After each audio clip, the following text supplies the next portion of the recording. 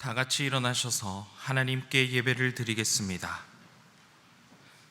하나님은 영이시니 예배하는 자가 영과 진리로 예배할지니라.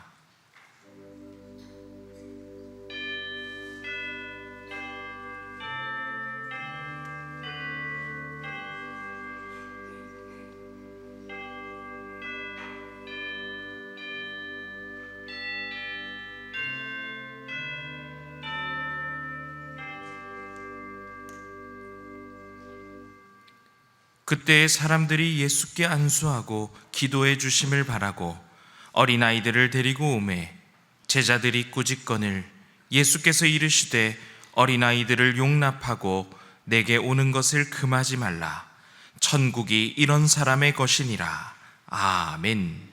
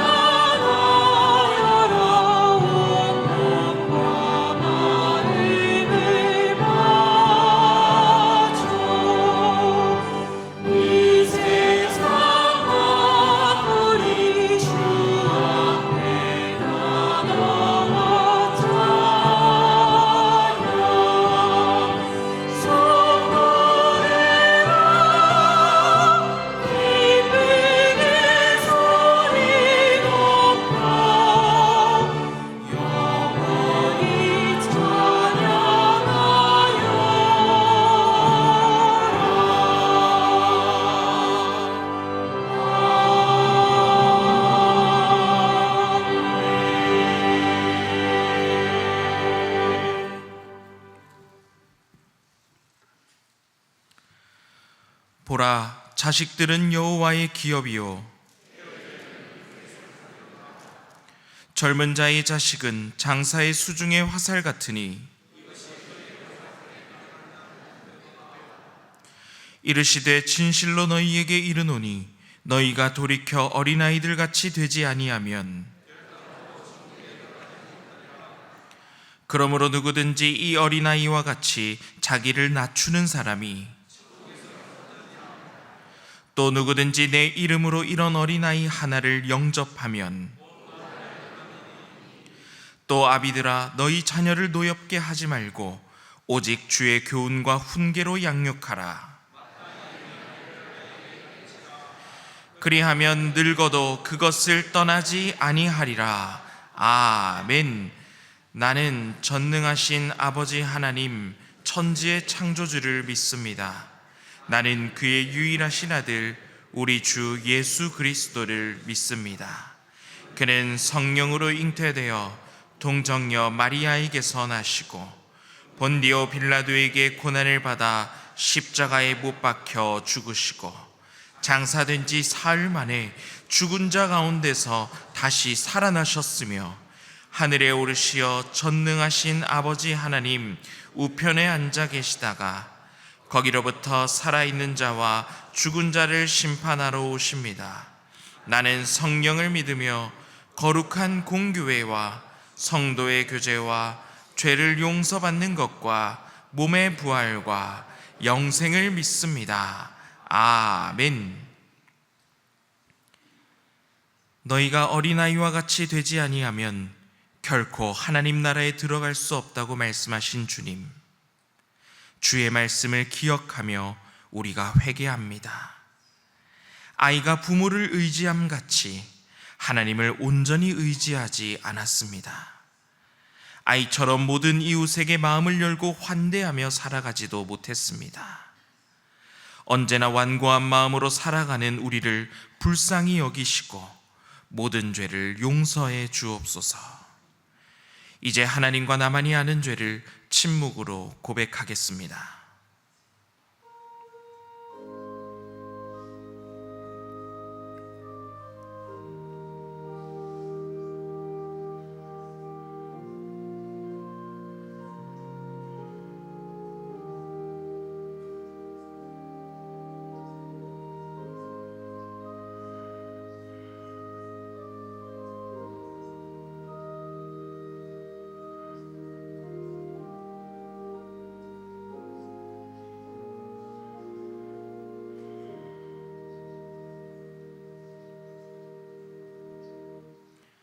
여호와의 말씀이니라.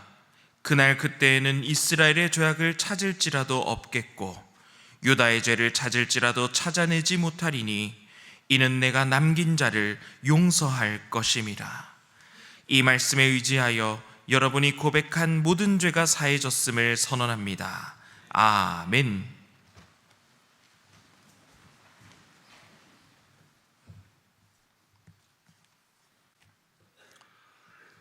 거룩하시고 전능하신 사랑의 하나님, 한 주간의 삶 속에서도 저희를 지켜주시고 실록의 계절인 5월 가정의 달을 맞이하여 어린이 주일 예배로 드리게 하시니 감사를 드립니다. 드려지는 예배 속에 성령님 함께하여 주셔서 은혜 충만한 예배가 되게 하여 주시고 하나님 홀로 영광받아 주시옵소서. 어린이들을 사랑하시는 하나님, 우리의 가정이 믿음의 귀한 가정 되게 하여 주시고 부모님들이 자녀들에게 믿음의 본을 보이며 끊임없이 기도하게 하여 주셔서 신일의 모든 어린이들이 진리의 말씀과 은혜 안에 바르게 성장하게 하여 주시옵소서. 교회와 나라의 미래인 어린이들이 하나님이 주신 큰 꿈을 품게 하여 주시고 주님을 알아가며 온전히 신뢰하는 굳건한 믿음을 주셔서 하나님의 귀한 일꾼으로 거듭날 수 있도록 함께하여 주시옵소서.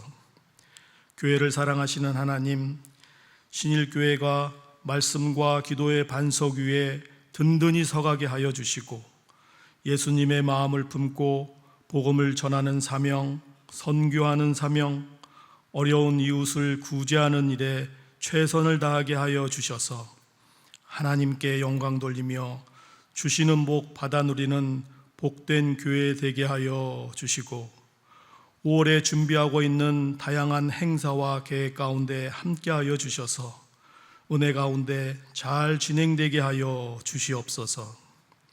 우리나라를 인도하시는 하나님, 지구상 유일한 분단 국가인 대한민국을 하나님 기억하여 주시고 주님의 크신 은혜를 베풀어 주셔서 평화 통일의 길이 속히 오게 하여 주시고 하나님의 정의와 공의가 바로 서는 복된 나라가 되게 하여 주시옵소서. 지금도 오랜 시간 전쟁으로 고통받고 있는 나라와 민족을 불쌍히 여겨주시고 역사의 주관자 되시는 하나님께서 전쟁이 그치고 평화의 시간이 올 수 있도록 은혜를 내려 주시옵소서. 말씀 전하시는 목사님, 무엇보다 영육간의 강건함으로 붙들어 주시고 성령으로 충만하게 하여 주셔서 선포되는 말씀이 듣는 모든 심령 위에 위로와 평강의 말씀 되게 하여 주시옵소서. 이른 아침부터 찬양으로 영광 돌리는 할렐루야 찬양대의 찬양을 기뻐 받아주시고 대원들의 건강을 지켜주시며 삶을 축복하여 주시옵소서. 오늘도 예배를 돕는 손길을 기억하여 주셔서 피곤치 않게 하여 주시고 감사가 넘쳐나게 하여 주시옵소서. 예배의 남은 순서를 주님께 부탁드리며 모든 기도와 간구 살아계신 예수님의 이름으로 기도드립니다. 아멘.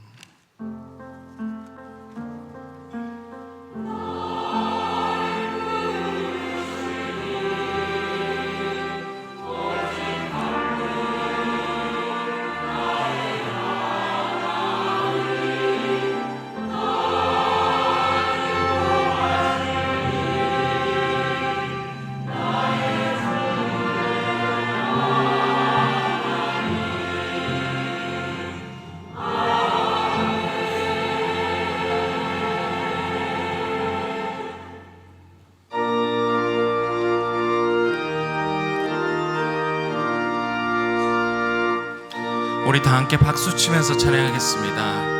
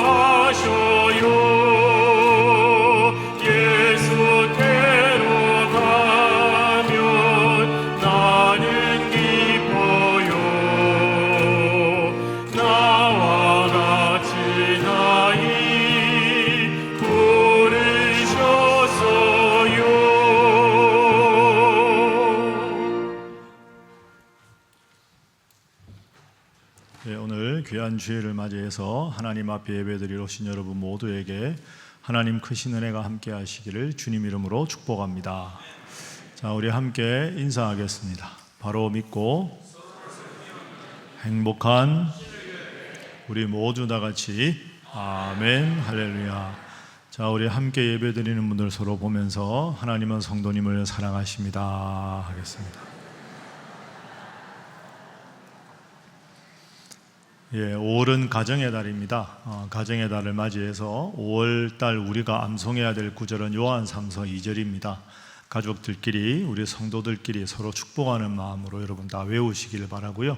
자, 첫째 주 우리 다 함께 읽어봅니다. 시작. 사랑하는 자여 내 영혼이 잘됨 같이 내가 범사에 잘되고 강건하기를 내가 간구하노라.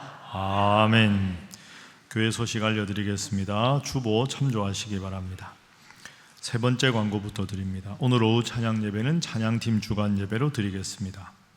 그리고 오늘은 4월 한 달간 읽은 말씀과 함께 예물을 드리는 주일입니다.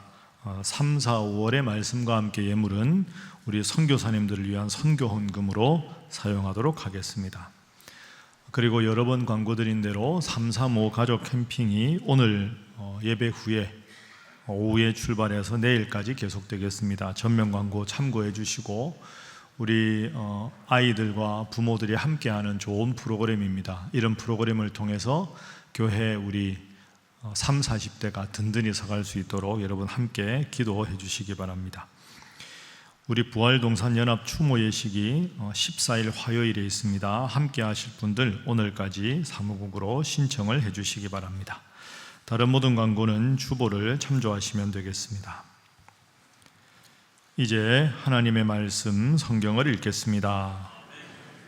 오늘 이 예배를 위해서 하나님 우리에게 주시는 말씀은 마태복음 18장 1절부터 4절까지의 말씀입니다. 마태복음 18장 1절부터 4절까지 말씀을 저와 여러분이 한 절씩 교독하겠습니다. 그때 제자들이 예수께 나와 이르되 천국에서는 누가 크니이까? 이르시되 진실로 너희에게 이르노니 너희가 돌이켜 어린 아이들과 같이 되지 아니하면 결단코 천국에 들어가지 못하리라. 그러므로 누구든지 이 어린아이와 같이 자기를 낮추는 사람이 천국에서 큰 자니라. 아멘.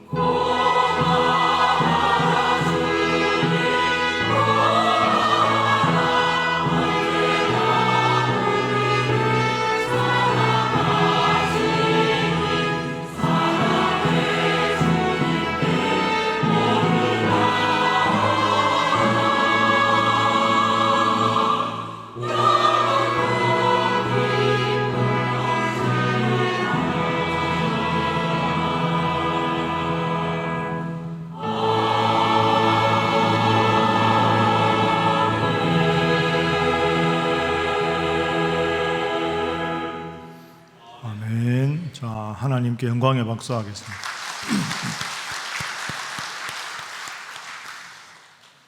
여러분, 오늘이 무슨 날입니까? 어린이날입니다. 어린이날이면서 어린이 주일입니다. 우리는 늘 어린이날이 되면 어린이는 순수하고 착하고 때가 묻지 않았다. 우리 어른들은 이런 어린이를 본받아야 한다. 이렇게 말하곤 합니다. 솔직해지십시오. 어린이가 그렇게 순수합니까? 요즘 애들이 그렇게 착하다고 생각하십니까? 때가 묻지 않았습니까? 아닙니다. 요즘 애들 얼마나 영악한지 모릅니다. 어린이 주일이지만 순수하고 착하다고 하지만 가만히 생각해 보면 어른들끼리 말로 별로 그런 것 같지도 않습니다. 성경을 이런 관점에서 자세히 살펴보면 성경에서도 어린이를 긍정적으로만 평가하고 있지 않습니다. 어린이의 부정적인 면이 상당히 많이 나옵니다. 예를 들어서 한 구절만 여러분들과 나눠보고 싶은데요. 마태복음 11장 16절부터 17절에 예수님께서 친히 이렇게 말씀하셨습니다. 이 세대를 무엇으로 비유할까? 비유하건대 아이들이 장터에 앉아 제 동물을 불러 이르되 우리가 너희를 향하여 피리를 부른대. 춤을 추지 않습니다. 이런 거죠. 아이들끼리 막 소꿉장난하고 노는데 야, 피리 불면서 놀자. 그럼 막 춤추고 신나게 놀아야 되는데 애들이 호응을 안 해줍니다. 그러면서 그러면 다른 놀이 할까? 하면서 장례식 놀이 하자. 그래서 17절 중반에 보면 막 곡을 하면서 장례식 놀이를 하자고 하는데도 또 가슴 치면서 울어주지 않습니다. 그러니 신나게 피리 불면서 놀자고 해도 호응을 안 하고 장례식 놀이 하면서 울자고 해도 울어주지 않고 이런 모습이 미성숙한 어린아이들의 모습 같다는 거죠. 그럼 왜 예수님께서 저 비유를 하셨을까요? 예수님 당시에 하나님의 아들 예수님이 오셨는데 그 당시 종교 지도자들, 우리가 아는 서기관들, 바리새인들, 제사장들은 구약을 제일 잘 안다고 하면서 구약의 예언을 성취한 예수님에 대해서 사사건건 반대만 합니다. 그런 안타깝고 예수님에 대해서 적대적으로 대하는 이들이 마치 미성숙한 어린 아이들과 다를 바가 없다. 이렇게 비유를 하신 겁니다. 그러니까 예수님의 대적자들은 어린 아이들처럼 미성숙하다. 그래서 18절 말씀 이어서 보십시오. 18절 말씀에 보면 세례 요한이 와서 먹지 않고 마시지 않고 금식을 하니까 예수님 대적자들이 저 세례 요한은 아무것도 안 먹는 것뿐이 귀신 들렸다. 이렇게 트집을 잡고 19절 예수님께서는 오셔서 먹고 마시니까 안 먹는다고 트집 잡던 사람들이 이제는 저 예수는 먹기를 탐하고 포도주를 즐기는 사람이다 하고 트집을 잡는다는 거죠. 이래도 트집이고 저래도 트집이고 이런 대적자들의 모습이 이렇게 놀자고 해도 안 놀아주고 저렇게 놀자고 해도 안 놀아주는 미성숙한 어린아이들과 다를 바가 없다는 겁니다. 그러니까 분명히 예수님께서도 어린아이들을 무조건 긍정적으로 무조건 미화하시지는 않았다는 거죠. 물론 부정적으로만 예수님께서 말씀하신 게 아닙니다. 오늘 본문은 예수님께서 어린아이들을 아주 긍정적으로 표현하셨습니다. 그러면 어린아이들이 우리가 살펴본 대로 미성숙한 점이 많이 있는데도 예수님은 어린아이의 어떤 점을 긍정적으로 평가하셨을까? 우리가 오늘 어린이날, 어린이 주일을 맞이해서 부모가 자녀들을 어떻게 바라보고 어떻게 신앙적으로 바르게 양육하는 것이 필요한가? 오늘은 이 질문에 대한 대답을 본문의 말씀을 통해서 한번 살펴보도록 하겠습니다. 자, 먼저 제가 여러분들께 말씀드린 대로 예수님께서 어린아이들과 같이 되라 하고 말씀하신 뜻이 무엇일까 한번 살펴보지요. 자, 오늘 3절 말씀에 예수님께서 이렇게 말씀하셨습니다. 자, 함께 읽어봅니다. 시작. 이르시되 진실로 너희에게 이르노니 너희가 돌이켜 어린 아이들과 같이 되지 아니하면 결단코 천국에 들어가지 못하리라. 아멘. 너희가 돌이켜서 회개하고 어린아이들과 같이 되지 않으면 천국에 들어갈 수 없다. 어린아이들과 같아야 천국에 들어간다는 말입니다. 그럼 어린아이들의 어떤 점을 예수님께서 긍정적으로 보셨기에 어린아이들과 같아야 천국에 들어간다고 말씀하셨을까? 그 대답이 이어지는 4절에 나옵니다. 자, 우리 4절 말씀도 함께 읽어봅니다. 시작. 그러므로 누구든지 이 어린아이와 같이 자기를 낮추는 사람이 천국에서 큰 자니라. 아멘. 자기를 낮추는 사람, 이걸 성경에서 다른 말로 뭐라고 합니까? 겸손한 사람. 그죠? 자기를 낮추는 사람은 겸손한 자람. 그러면 어린아이는 자기를 낮추는 사람이다. 자기를 낮추는 사람은 겸손한 사람이다. 그럼 겸손해야 천국에 들어간다. 쉽게 우리가 이렇게 생각할 수 있습니다. 그럼 여기서 우리가 딱 질문할 수 있습니다. 어린아이들이 과연 겸손한가? 어린아이들 같이 자기를 낮추는 자라야 천국에 들어가는데 어린아이가 겸손한가? 여러분 어떻게 생각하십니까? 솔직하게 말씀해 보십시오. 어린아이들이 겸손합니까? 안 합니까? 분위기상 겸손하다고 해야 될 것 같은데 우리 집 노는 손자들을 보니 별로 겸손하지 않다, 이런 생각이 듭니다. 막 엄마 아빠 할머니 할아버지 사랑을 막 받다가 자기 마음에 안 들면 막 때를 쓰고, 그러다가 동생이라도 생기면 엄마가 저 부엌에 일하는 사이에 막 동생 때리기도 하고 쥐어받기도 하고 그러지 않습니까?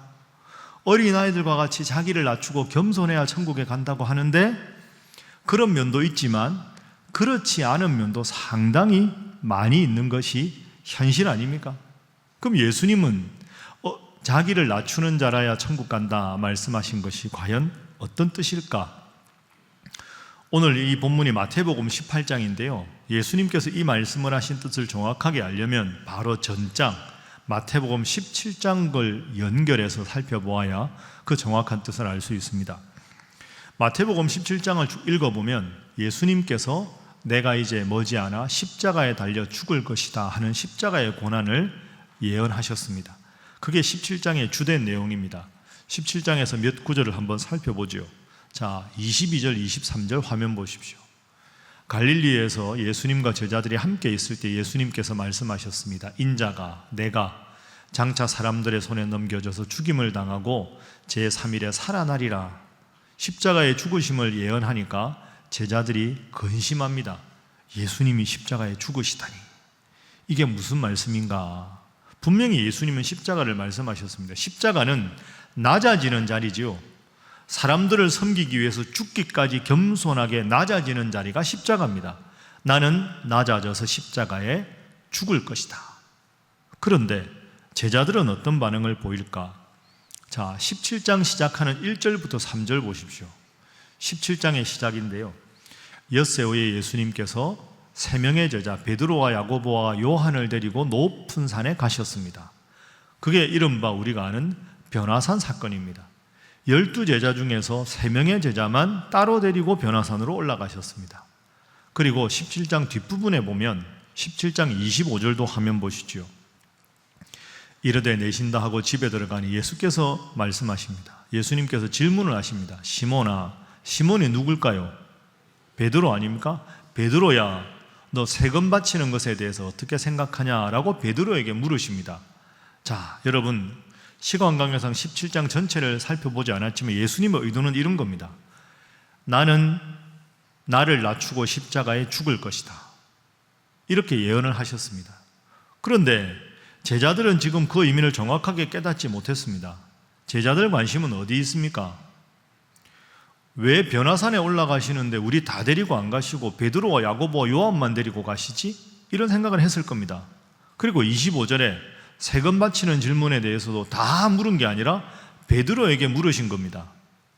자, 이어지는 오늘 18장 1절을 이런 걸 기억하면서 한번 읽어보시죠. 자, 1절 말씀 우리 함께 읽어봅니다. 시작.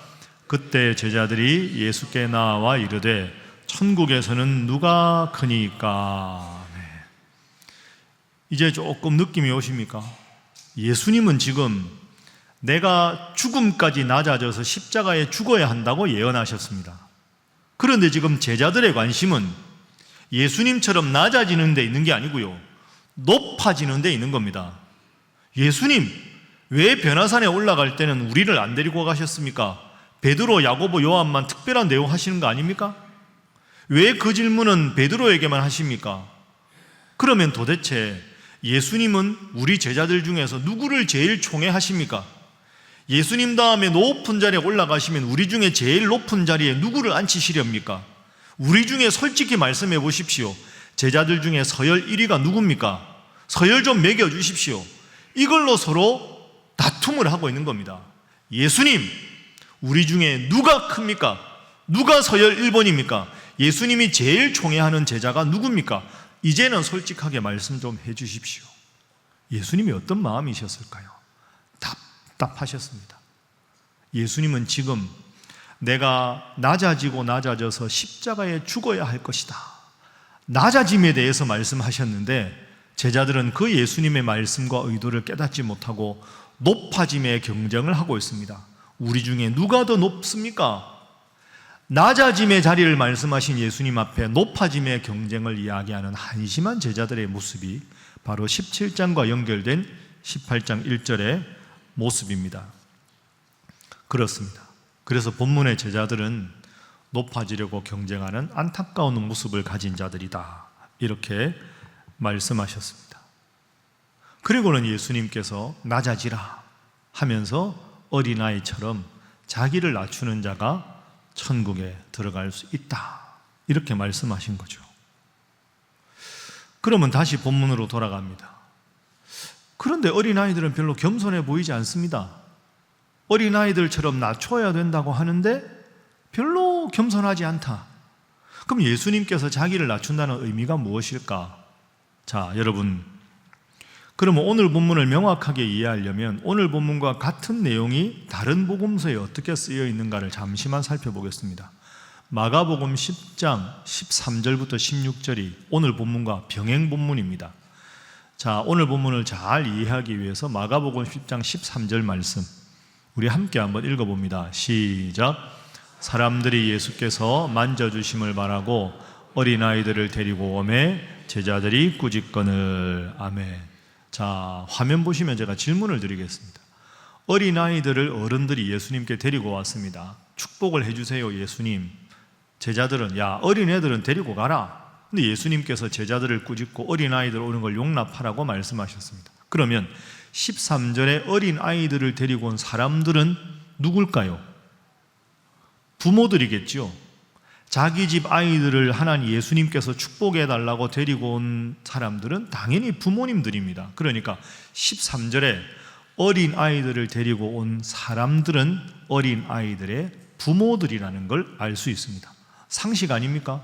어린애들이 철없는데 어떻게 예수님께 복 달라고 오겠습니까? 엄마가 얘야 엄마 따라와라 손잡어, 어디 가는지도 모르고 엄마가 손잡으라니까 손잡고 그냥 쭈루루 따라가는 게 어린아이입니다. 여러분, 여기에 본문의 해석의 열쇠가 있습니다. 어린아이는 엄마가 얘야 가자 그러면 묻지 않습니다. 엄마가 손잡아 그러면 손잡습니다. 멀든 가깝든 관계없습니다. 누구 집에 가는가도 방문하는 관계없습니다. 엄마나 아빠가 가자 그러고 손내 그러면 손 딱 잡습니다. 아무것도 묻지 않습니다. 엄마 손만 잡으면 절대 행복을 느끼는 게 아이들의 특성입니다. 엄마 손만 잡으면 뭐 어떤 위험이 있어도 엄마 아빠만 나하고 같이 함께 있으면 아무런 걱정도 하지 않는 것이 어린아이의 특징입니다. 그러니까 가자, 누구한테 가요? 얼마나 걸려요? 어디까지 가야 해요? 묻지 않습니다. 아니 엄마가 손 내밀었는데 애가 왜 묻습니까? 엄마만 있으면 다 알아서 엄마가 해줄 텐데 왜? 세상에서 나를 제일 사랑하는 게 엄마니까. 세상에서 나를 제일 사랑하는 분이 아빠니까. 엄마 아빠가 함께 가자 그러면 마냥 즐거운 겁니다. 행복합니다. 그래서 부모님만 있으면 절대 행복을 느끼는, 절대 부모님께 의존하는 존재가 어린 아이들입니다. 자, 그것이 바로 오늘 본문 해석의 열쇠입니다.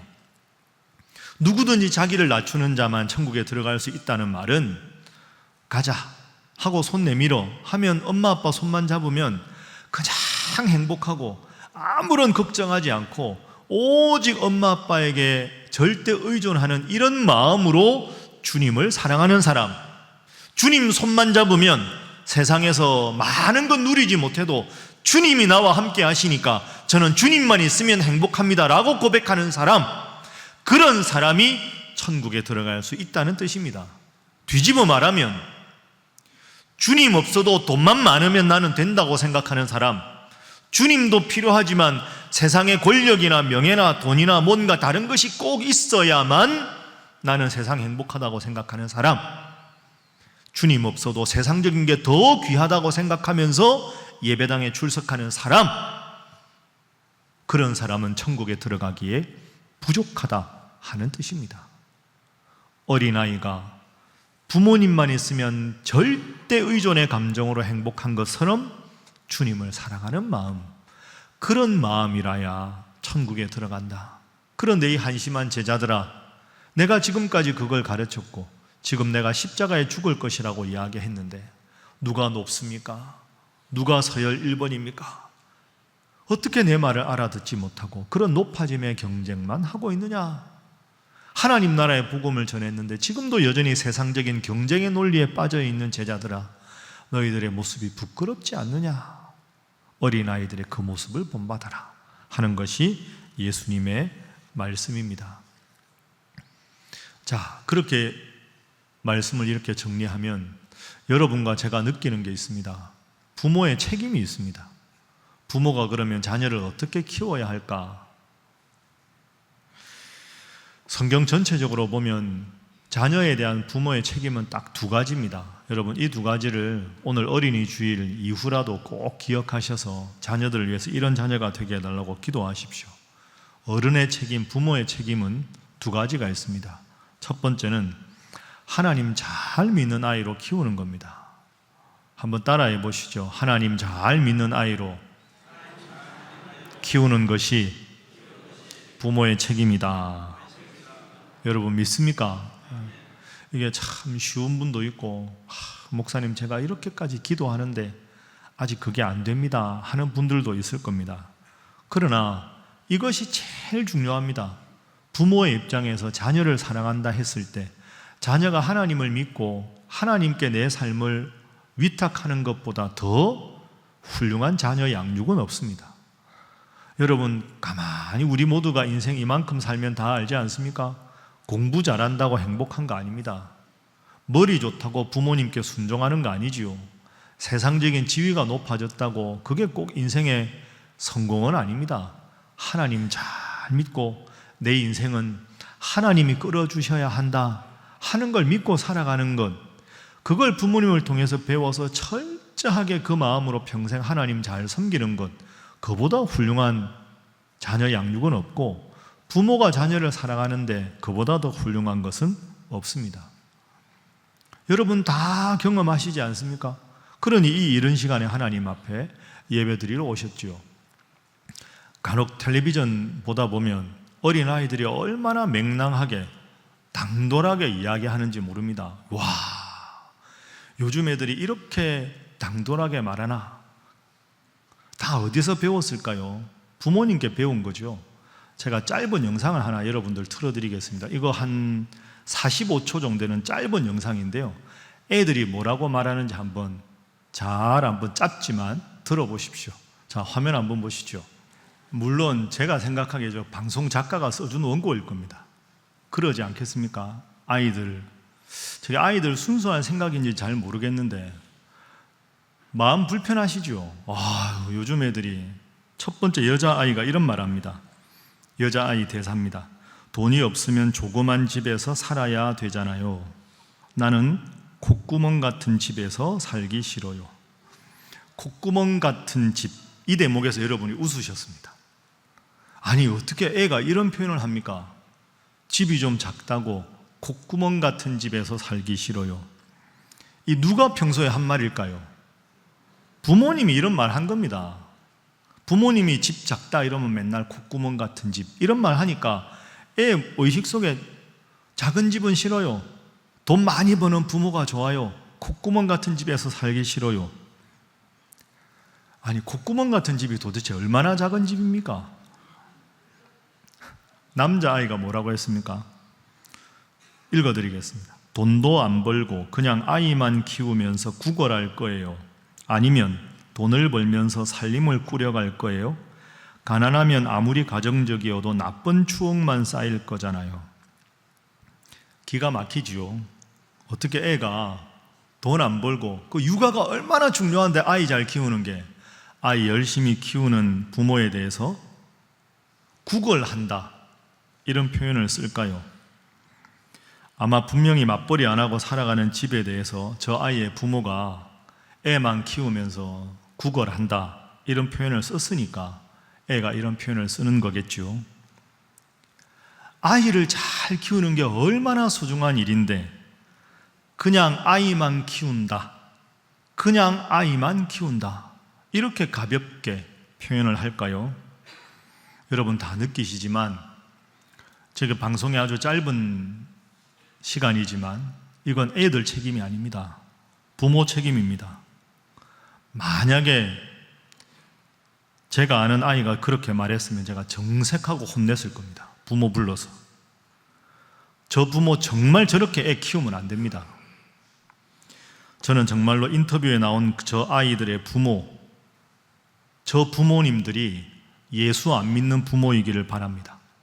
만약에 예수 믿는 집 부모님의 아이가 저렇게 말했다면 죄송하지만 저 아이들의 부모님은 예수 제대로 안 믿는 사람들입니다. 예수 제대로 믿는데 저런 단어를 쓰는 건 성경을 모르는 분들입니다.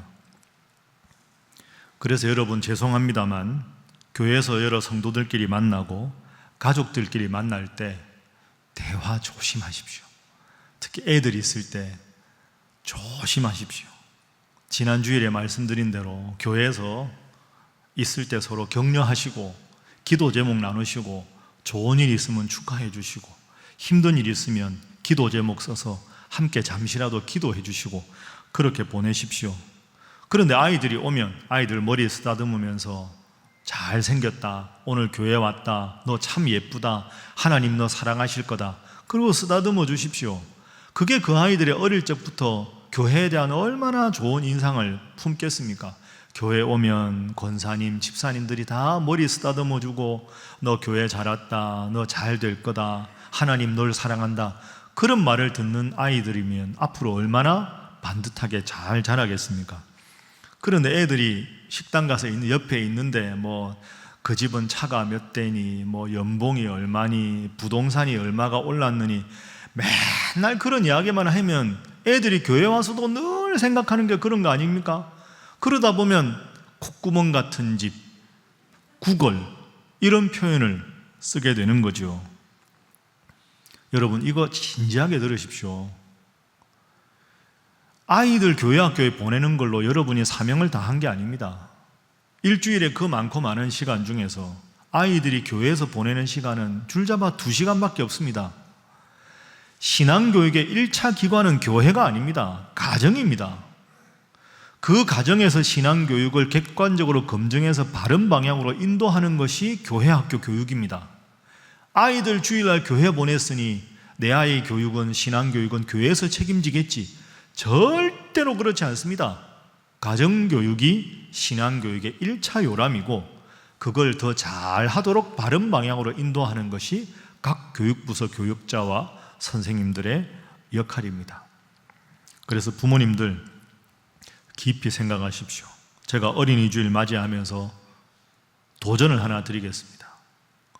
아이들이 너 누구 존경하냐? 그럴 때 부모님 존경합니다. 최소한 적어도 자녀에게 최고의 부모님은 아니어도, 세상에서 가장 존경하는 부모는 아니어도 나는 그래도 우리 부모님 좋아합니다, 존경합니다, 그런 말은 들을 수 있어야 하지 않겠습니까? 내가 정말 사랑하고 존경하는 부모님이 믿는 하나님이시라 저도 하나님 믿고 평생 살겠습니다. 제 사랑하는 부모님이 정말 헌신하고 열심히 사역하는 곳이 신일교회라 저도 대를 이어서 신일교회 열심히 출석하겠습니다. 이렇게 고백할 수 있어야 하지 않겠습니까? 저는 부모님이 믿는 하나님이라면 별로 믿고 싶지 않습니다. 저희 부모님이 가정에서 하시는 모습 보니 저는 솔직히 부모님과 같은 교회에 나가고 싶지 않습니다. 그래서 하나님을 거절하고 같은 교회, 신일교회 앞으로 봉사하는 것에 대해서 부담을 느낀다면 그 참 부모로서 하나님 앞에 우리가 죄송한 모습이 아니겠습니까? 여러분 압니다. 이게 쉽지 않습니다. 어렵습니다. 너무 가깝기 때문에 때로는 이것이 평생의 눈물의 기도 제목일 수도 있습니다. 그러나 이것이 정말로 자녀를 가장 사랑하는 부모님의 사랑의 방식입니다. 자, 그런 의미에서 우리 옆에 분들과 이렇게 인사 한번 하겠습니다. 하나님 잘 믿는 자녀로 키우시기 바랍니다. 자, 한 번 더 이렇게 인사할까요? 부모가 먼저 잘해야 합니다. 두 번째가 있습니다. 첫 번째, 하나님 잘 믿는 자녀로 키우는 것. 성경에서 말하는 부모의 책임 두 번째는 남을 위해서 잘 섬기고 배려하는 그런 아이로 키우셔야 합니다. 나만 생각하고 이기적으로 내 고집만 부리는 게 아니라 좀 사랑도 하고 베풀기도 하고 좀 뭔가 섬기기도 하고 그런 아이로 그래서 하나님을 사랑하고 그리고 어른들에게 공손하고 친구들에게 잘 지내는 그런 멋지고 섬기는 그런 아이로 키워야 되겠죠. 그렇게 키우면 평생에 여러분의 자녀들 주위에 얼마나 좋은 사람들이 많이 모이겠습니까? 베풀고 섬기고 사랑하면 그런 사람들 여러분도 좋아하잖아요. 그러면 평생에 많은 좋은 사람들이 여러분의 자녀 주위로 모이니까 그 아이가 얼마나 잘 되겠습니까? 우리가 교회에서 자주 부르는 복음성가가 있습니다. 그 중에서 요즘에는 교회뿐 아니라 이렇게 텔레비전 같은 데 봐도 일반인들도 많이 부르는 곡이 있습니다. 축복송. 당신은 사랑받기 위해 태어난 사람, 당신의 삶 속에서 그 사랑받고 있지요. 다 아시죠? 다들 이렇게 하고 이제 당신은, 이게 참 좋은 곡입니다. 내가 힘들고 어려울 때, 위로받고 싶을 때 서로 이렇게 축복하는 것, 우리가 물든 동산 부르는 것 참 좋은 일입니다.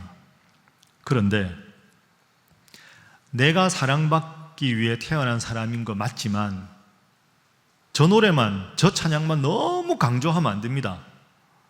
내가 사랑받는 일은 좋은 일인데 내가 사랑받기 위해서는 사랑받기 위해 태어난 사람이 아니고요, 사랑하기 위해서 태어난 사람이라는 생각을 먼저 해야 합니다. 내가 예수님 사랑으로 자꾸 섬기고 사랑하고 베풀면 모든 사람들이 부르지 말라 그래도 당신은 사랑받기 위해 태어난 사람 부르는 겁니다. 그런데 어릴 적부터 사랑받기 위해 태어난 거다 지금 계속 생각하니까 사랑은 받기만 하고 내가 준다는 걸 잊어버리는 것이 문제인 겁니다. 가정에서 여러분 그렇게 키우십시오. 베풀 줄 알고 섬길 줄 알고 사랑받기 전에 사랑할 줄 아는 아이, 그렇게 키워야 하나님의 아름답고 훌륭한 그런 사람으로 성장할 수 있지 않겠습니까? 그런데 아까 본 아이들도 그렇지만 요즘 너무 오냐오냐 하다 보니까 독불장군이 되고 점점 버릇없게 살아가는 거죠. 잘못된 방향입니다.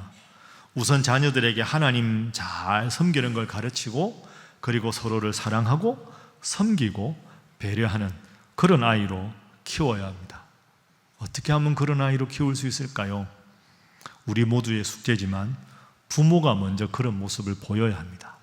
가정에서도 하나님 잘 믿는 모습으로, 그리고 부모님의 살아가는 모습이 섬기고 베풀고 나누는 모습을 보면 아이들도 저렇게 살아야 되는 거구나 라고 배워야 이 두 가지가 가능한 거죠. 여러분 자녀들 위해서 열심히 기도해서 여러분의 자녀가 하나님 잘 섬기고 모든 이들을 사랑하고 섬기고 베풀 수 있는 하나님 앞에 크고 위대한 복받는 자녀가 될 수 있기를 주님 이름으로 축복합니다. 자, 옆에 분들과 인사하겠습니다. 자녀들 위해서 열심히 기도하시기 바랍니다. 자, 한 번 더 하겠습니다. 주님께서 지켜주실 것입니다. 이제 말씀을 정리하겠습니다.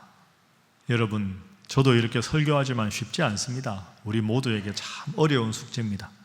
어렵지만 반드시 해내야 하는 숙제. 하나님 잘 섬기는 아이로 서로를 섬기고 베푸는 아이로 키워내는 것, 그것이 부모의 사명입니다. 제가 한번 이런 말씀 드렸습니다. 자녀를 잘 키우는 것은 물에 젖은 비누를 쥐는 것과 같다. 여러분, 이 손 닦을 때, 세수할 때 물 묻혀서 손 닦은 다음에 세수하려면, 이게 세안하려면 물에 젖은 비누를 탁 쥐면 어떻게 됩니까? 이걸 너무 꽉 쥐면 비누가 으깨집니다. 너무 가볍게 살짝 잡으면 미끄러져서 소나기에서 빠져나갑니다. 그러니까 물에 젖은 비누를 쥘 때는 가볍게 쥐되 약간의 힘을 가해야 합니다. 이게 참 쉽지 않습니다. 으깨질 수 있고 손에서 빠져나갈 수 있습니다. 자녀 교육은 왕도가 없습니다. 하나님 앞에 기도하는 겁니다. 하나님께 우리 아이를 위탁하고 하나님께 열심히 기도하고 부모가 하나님 사랑하는 모습을 보이는 만큼 우리 가정의 자녀가 잘 될 수 있다 생각하고 세상적인 방식보다 하나님 말씀 중심으로 가정에서 믿음 생활 잘하는 여러분의 모습으로 베풀고 나누는 여러분의 모습이 자자손손에 전해져서 신일교회 신앙의 위대한 명문가를 이루는 여러분의 가족들, 사랑하는 자녀들 될 수 있기를 주님 이름으로 축복합니다. 기도하겠습니다. 어린이를 사랑하시는 사랑의 하나님, 저희로 하여금 삶의 행복의 기준을 오직 주님께 두게 하여 주옵소서. 그래서 그렇게 살아가는 저희 부모들의 믿음과 일상의 삶을 통하여 우리의 자녀들이 하나님을 향한 올바른 믿음을 갖게 하여 주옵소서. 그리하여 온 가족들이 주님을 우리의 목자로 섬기며 살아가게 하여 주옵소서. 사랑의 주님, 우리 가정에 주신 자녀들이 주님께서 기뻐하시고 흐뭇하게 여기시는 복된 하나님의 자녀가 되도록 인도하여 주옵소서. 예수님의 이름으로 기도하옵나이다. 아멘.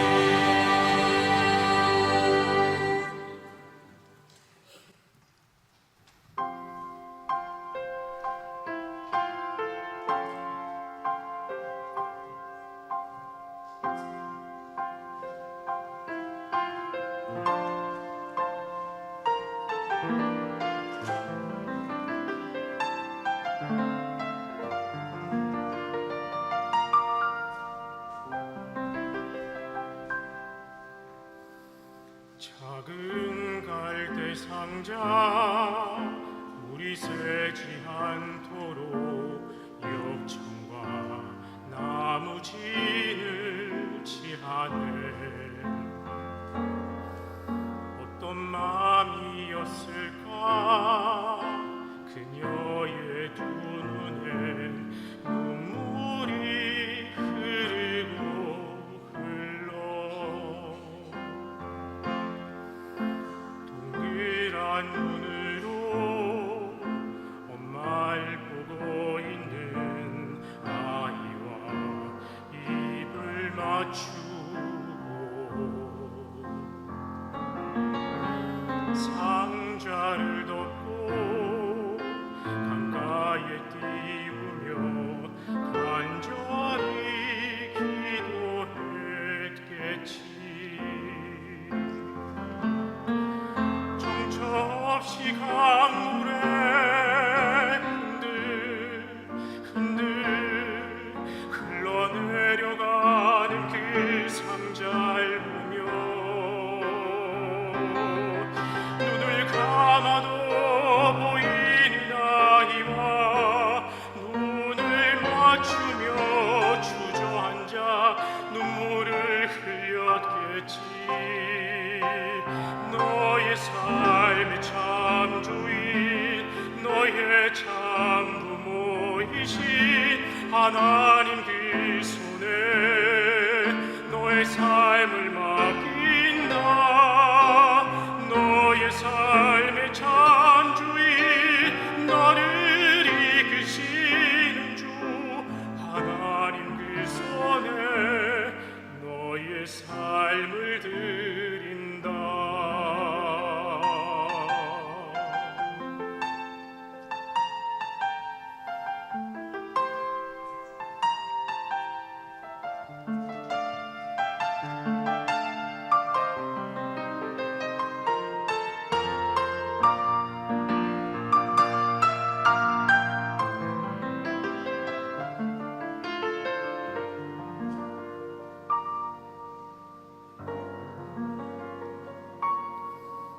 정처없이 강물에 흔들 흘러내려가는 그 상자를 보며 눈을 감아도 보이는 아이와 눈을 맞추며 주저앉아 눈물을 흘렸겠지. 너의 삶의 참 주인 너의 참 부모이신 하나님 그 손에 너의 삶을 맡긴다. 너의 삶의 참 주인 너를 이끄시는 주 하나님 그 손에 너의 삶을 드린다.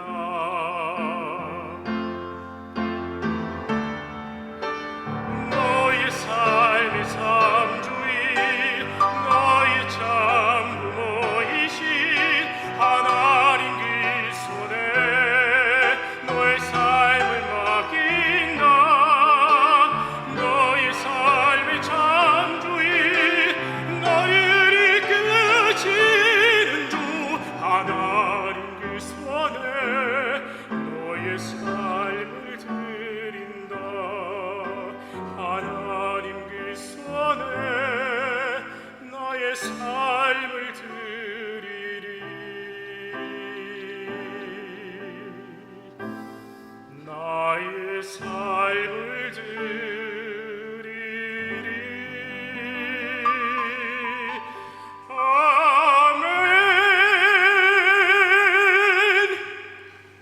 아멘. 자, 하나님께 영광의 박수 하겠습니다.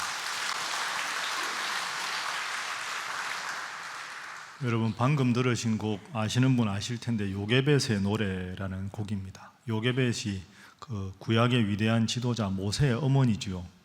출애굽기에 보면 그 사내 아이가 태어나면 다 죽이라 하는 바로의 명령 때문에 3개월을 숨어 키우다가 아이 목소리가 너무 울음소리가 커지니까 그 아이를 할 수 없이 나일강에 갈대 상자를 넣어 띄웁니다. 그 3달짜리 아이를 띄우는 어머니의 마음이 얼마나 아프겠습니까? 그걸 이제 노래로 만든 거죠. 그 3개월밖에 크지 않은 아이를 갈대 상자에 넣어서 나일강에 띄우면서 엄마는 너를 포기하지만 너의 삶의 참 주인은 하나님이다. 하나님이 모세야 너를 인도해 주실 것이다. 그 안타까운 어머니의 마음, 그리고 하나님께서 그 마음을 또 들어주셔서 바로의 공주의 그 궁궐에 들어가서 모세를 잘 키울 수 있도록 이제 유모 역할을 하면서 하나님 잘 섬기는 법을 키웠기에 모세가 위대한 지도자가 될 수 있었다. 이런 곡입니다. 그 참 아이가 3개월밖에 엄마 품에서 못 자랐지만 그 아이가 위대한 하나님의 사람이 되었듯이 눈물의 부모의 기도는 자녀를 하나님 앞에 위대한 사람으로 이끈다 생각하시고 자녀를 위해 더 열심히 기도하는 여러분 모두가 되시기를 주님 이름으로 부탁합니다. 기도하겠습니다. 하나님 감사합니다. 오늘도 귀한 주일 맞이하여 하나님 앞에 이런 시간 예배드리게 해주신 것 감사합니다. 하나님 우리에게 가정을 허락하시고 귀한 자녀 자손 주셔서 감사합니다. 우리 살아가는 성도들의 이 귀한 믿음이 자녀들과 자손들에게 잘 전수되게 하여 주시옵소서. 그리하여 하나님을 잘 섬기고 다른 이들을 배려하고 섬길 수 있는 성숙한 자녀와 자손으로 잘 자라나서 하나님께 영광이요 많은 이들에게 존경을 받는 훌륭하고 위대한 하나님의 사람들 되도록 역사하여 주옵소서. 하나님 또한 5월은 가정의 달입니다. 우리 각 가정을 위해서 성도들이 기도할 때 가정의 모든 문제를 놓고 온 가족들이 간절히 기도하여 기도 가운데 문제를 해결해 주시는 하나님의 크신 능력을 친히 체험하는 이 달이 될 수 있도록 역사하여 주옵소서. 오늘도 하나님 베풀어 주신 크신 은혜 감사하여 귀한 예물을 주님 앞에 올려드립니다. 손길마다 복에 복을 더하시되 감사의 제목은 넘쳐나게 하시고 간절한 기도 제목은 가장 좋은 방법으로 응답하여 주옵소서. 예물이 사용되는 곳마다 함께 하셔서 하나님의 위대하신 이름과 그리고 만방의 복음이 펼쳐지는데 귀하게 사용되는 예물이 되도록 역사하여 주옵소서. 새롭게 맞이하는 한 주간도 주님께 맡깁니다. 우리 성도들의 가정, 특별히 자녀들과 자손들 위해 함께 하셔서 예수름처럼 하나님 잘 섬기며 지혜롭고 건강하고 밝고 씩씩하게 아름답게 잘 자라는 자녀들과 자손들 되도록 하나님 함께하여 주옵소서. 모든 영광을 우리 하나님 앞에 올려드리며 예수님 이름으로 축복하고 기도하옵나이다. 아멘. 이제 다 함께 일어나셔서 물된 동산 찬양하겠습니다.